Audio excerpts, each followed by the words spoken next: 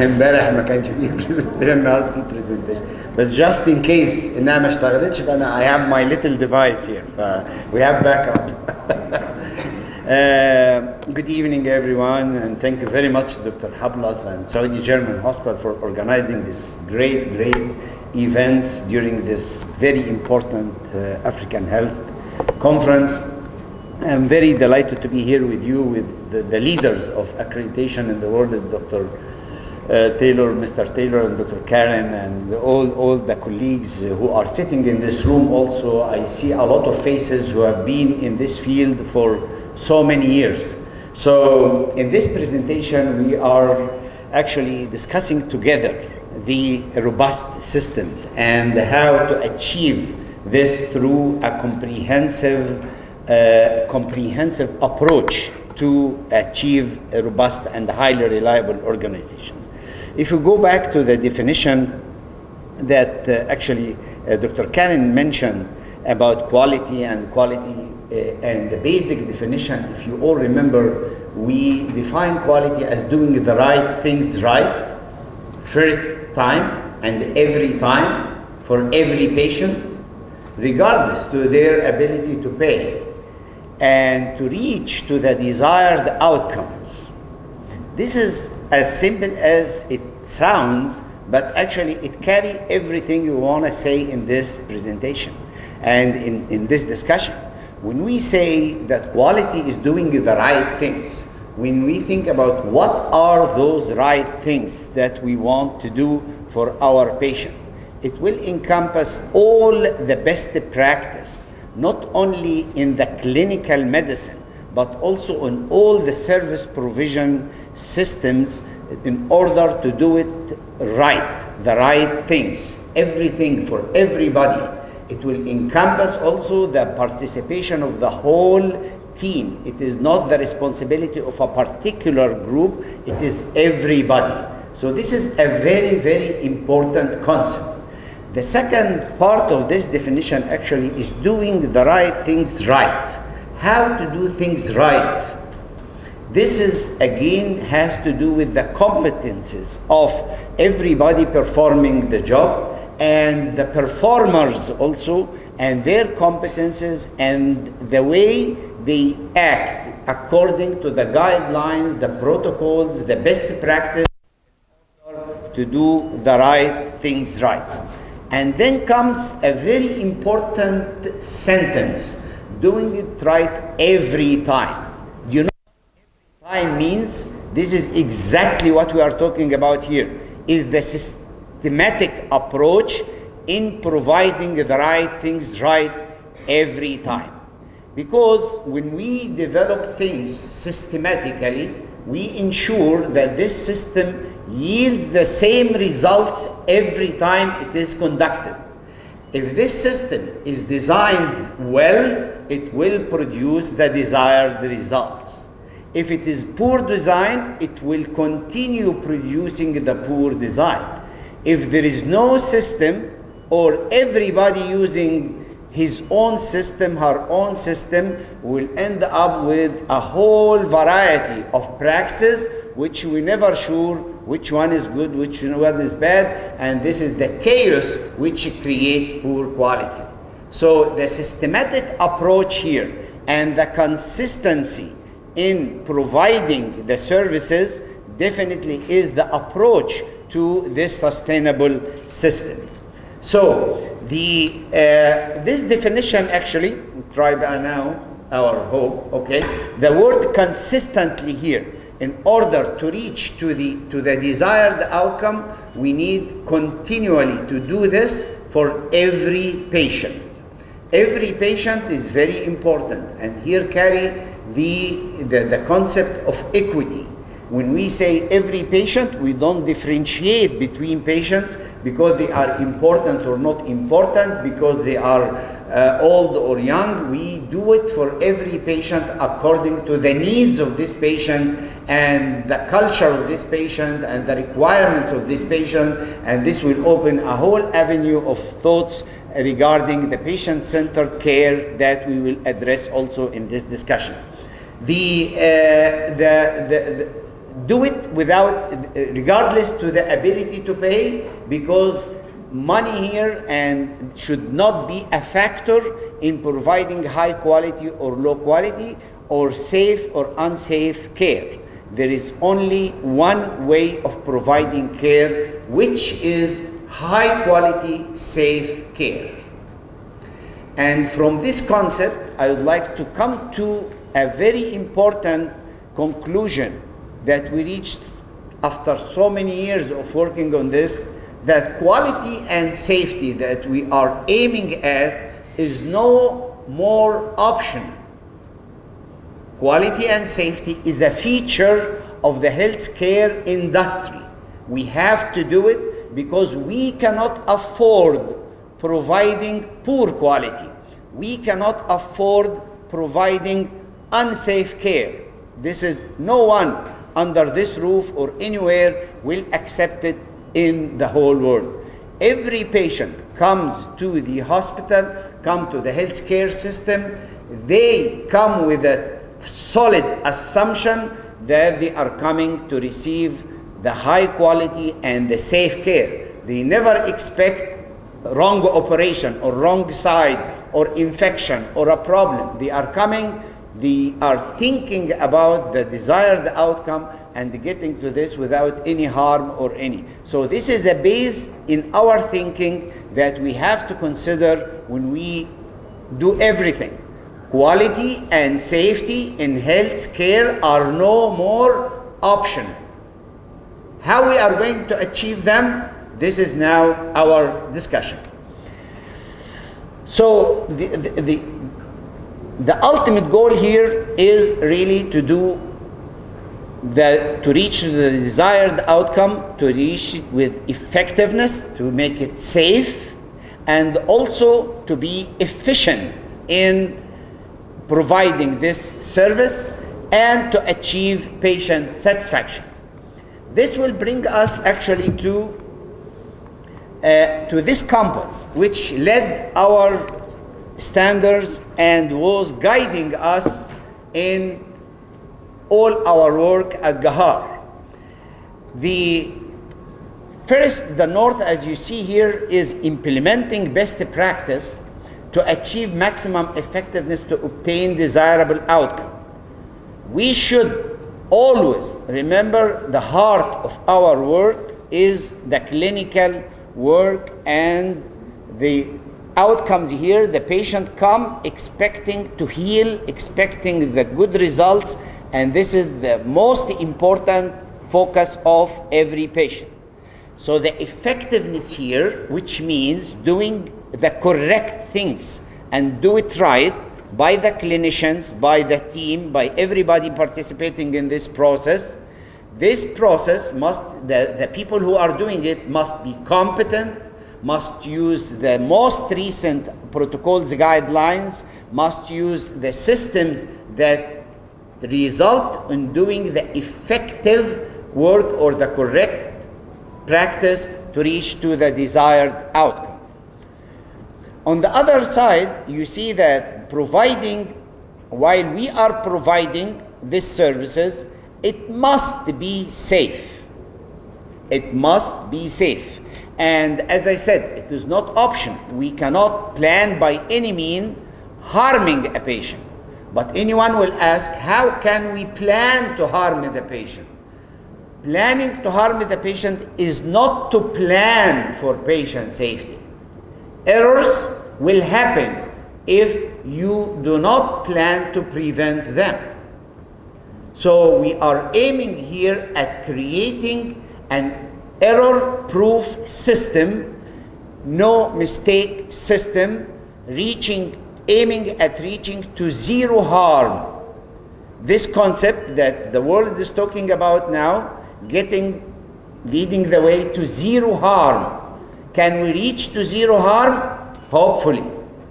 It may be not now, tomorrow, but we need to strive to working towards the zero by doing everything possible to make the practice safe. How can we make this?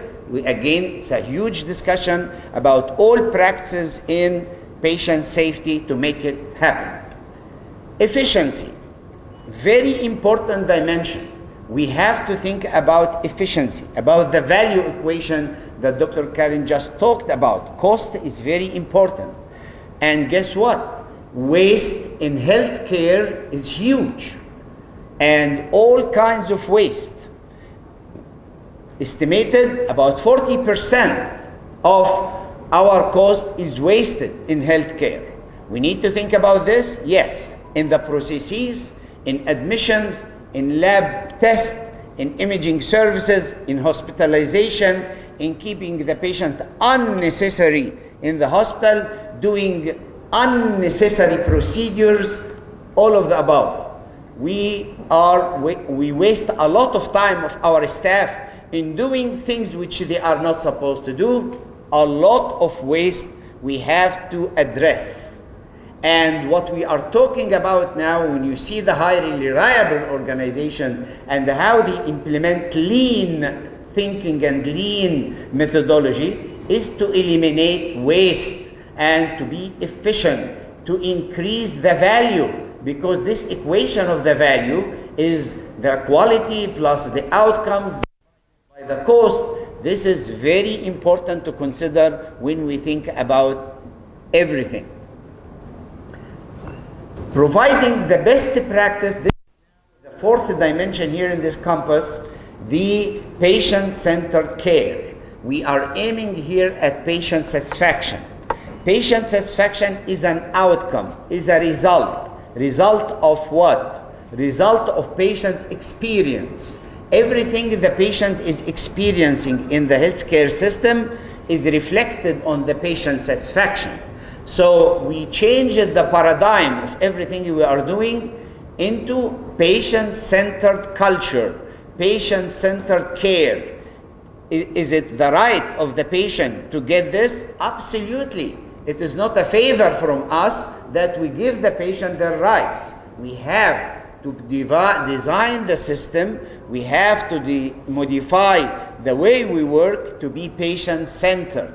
If this is something easy, actually it needs a lot of work to make culture change, because we were not actually born to do this. We were not trained in the schools of medicine to do this. It is something that we really need to develop in our institutions, to think about the patient at the core, at the center, and develop this. Standards now in most accrediting agencies, in GAHAR, in JCI, in ACI, in Australians, we are all talking about patient-centered care, because this is the future and this is the paradigm we are developing and adopting. Now, in order to get into this, how can we achieve this? Is it a department? Is it leadership? Is it governance? Is it equipment? Is it technology? Actually, it is all of the above. And as you all know, in Egypt we are fond of pyramids, right? So let us see this pyramid here. Those who didn't visit the pyramid yet, I just got you a pyramid here. Looking at this pyramid very quickly, look at the base of this pyramid. When we think about the infrastructure, not only the structure, when we build a hospital, when we start a project, when we think about healthcare industry, there is a lot of infrastructure issues we need to think about. All the utilities, the place, the roads, the water, the electricity, the connectivity, the internet. Actually, if we don't consider this, we suffer a lot in the future if we don't consider it from the beginning. And those who are building hospitals like Dr. Hablas and the people, they know how important to select the site, the place, the location, the atmosphere, and all that. And by the way, we are working now on, we issued already green hospital standards, which is taking care of a lot of issues related to the infrastructure. The building the hospital is not like any building. It has a code. There is structure issues in the building. all the design of the hospital must follow the safe health design rules. Now there is evidence-based design, like evidence-based medicine. There is a lot of research about building the hospital that leads to quality and safety and contribute to healing and contribute to better outcomes of the patient. So the structure with all its facilities, with all its the details of the patient flow, the medication flow, the waste flow, the information flow, all the flows within the building. This is now a science, and building a structure, medical structure, is not like any other building. We started a program called Safe Health Design, and all hospitals now, whether they are new or renovating, they go through a review process before building in order to make sure their buildings are meeting the standards. So this saves a lot of resources, better than building them and then coming back with a lot of modifications later on. Above this, we have to think about technology. Technology is very essential, important, critical in healthcare, and it is very sophisticated as well. Technology carry a lot of risk if we don't deal with it the right way. That's why we are adopting a program for safe adoption of technology. Safe adoption of technology starts by selecting the right technology, the supply chain, the quality of the equipment, the maintenance, the calibration, how to place technology, where to put your MRI or CAT scan or radiology department or the lab or the equipment in the intensive care units, etc., etc., etc. Every piece of technology in your hospital must be maintained and calibrated in order to give the correct results that you will be using in diagnosis and treatment. If one piece of technology, one piece of equipment give you wrong information, wrong data, this will lead to an error in the place it works. So technology is critical, and remember, safe adoption of technology by all of what I mentioned: training the staff, maintenance, calibration, and all of the above. Then comes the systems. If you have robust systems in the organizations, we are here really ensuring that what we are doing is done systematically in the organization. Every time we are doing the same thing, because we don't want to work haphazard, in chaos. Everybody does whatever they want. We need to develop the system. It is not only the IT system, it is all kinds. The infection control is a system. The security is a system. The financing, the administration, the admission, the treatment, the provision, the emergency care, everything should be a system that is composed of processes, and those processes are well described in your policies and procedures.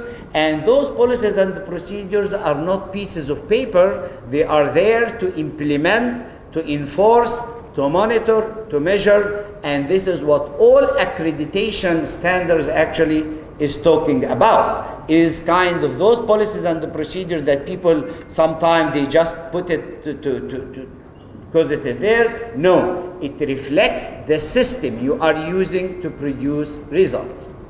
Above this, the staff. Staff are the performers. We're talking always about performance improvement. What about the performers?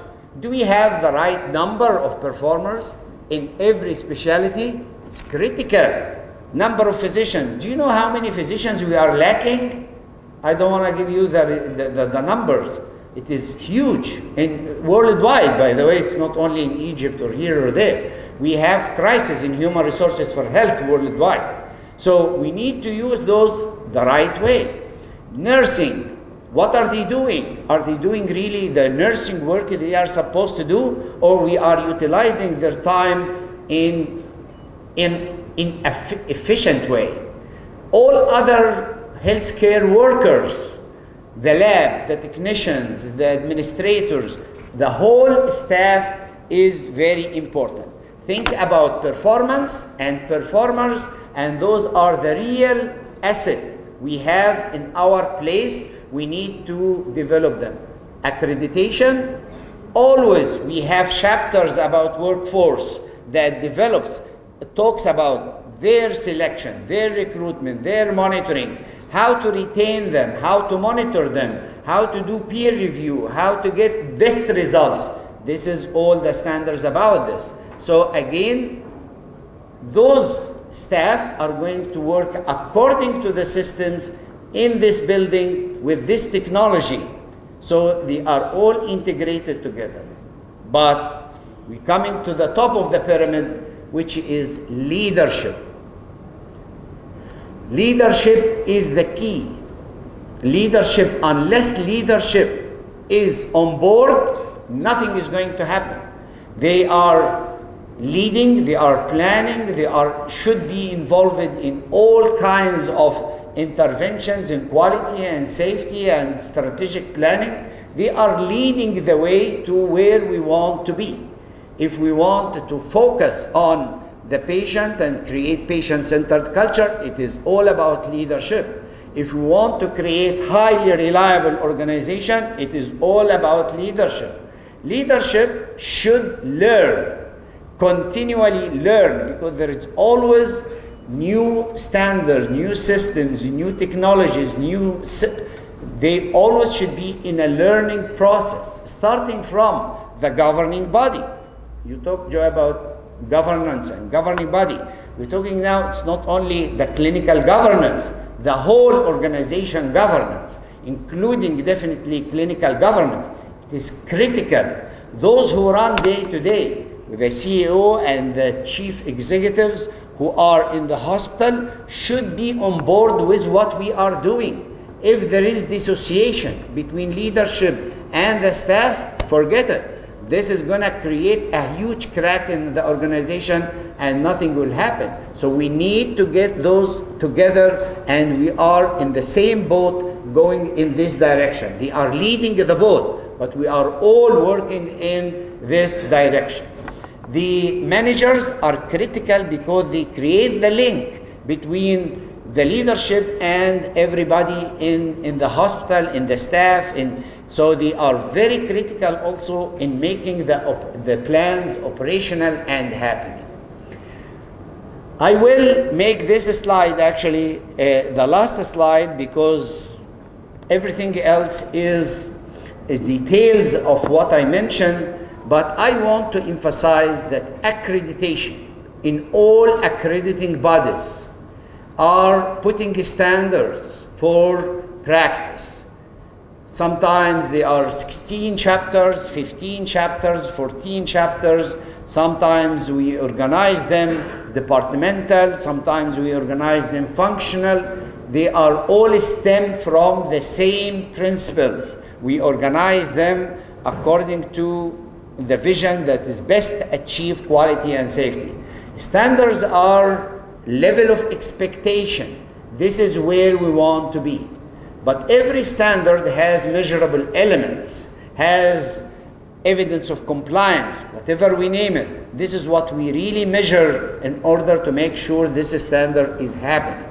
But guess what? What is important in the standards and in the accreditation is implementing the standards, is getting the way to achieve the standards. This is very important. And because the standards cover the whole organization, it doesn't leave a single area, single function.